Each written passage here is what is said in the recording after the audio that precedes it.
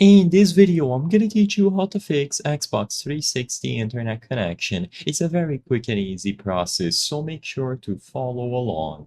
If you are getting any errors related to your Xbox 360 console not being able to connect to the online functionalities, meaning that you won't be able to access the internet and play over online, then you can follow some of these steps that I'm going to show you to help you address this issue. So first, go over to the settings of your actual console. Inside of the settings, you will be able to find network settings. This is how you can do most of the troubleshooting related to your connection.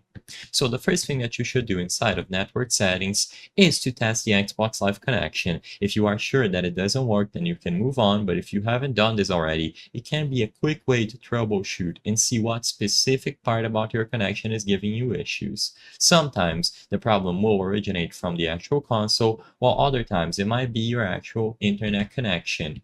So once you have done the test for the connection, you can go into configure internet settings. So the first option, rather configure network, will allow you to see the current network that you are trying to use. You will be able to change the settings and also disconnect from that connection. The first thing that I would recommend is to simply disconnect and try connecting again. It might seem simple, but by doing this, you can redo the connection and make sure that all the details were corrected.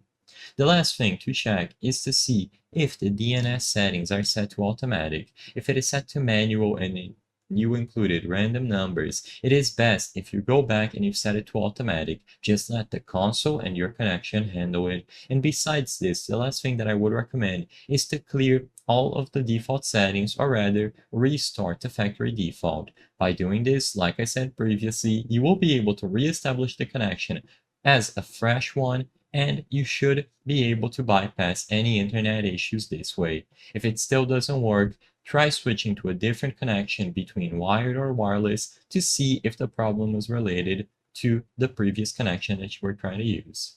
I hope I was able to help you on how to fix Xbox 360 internet connection.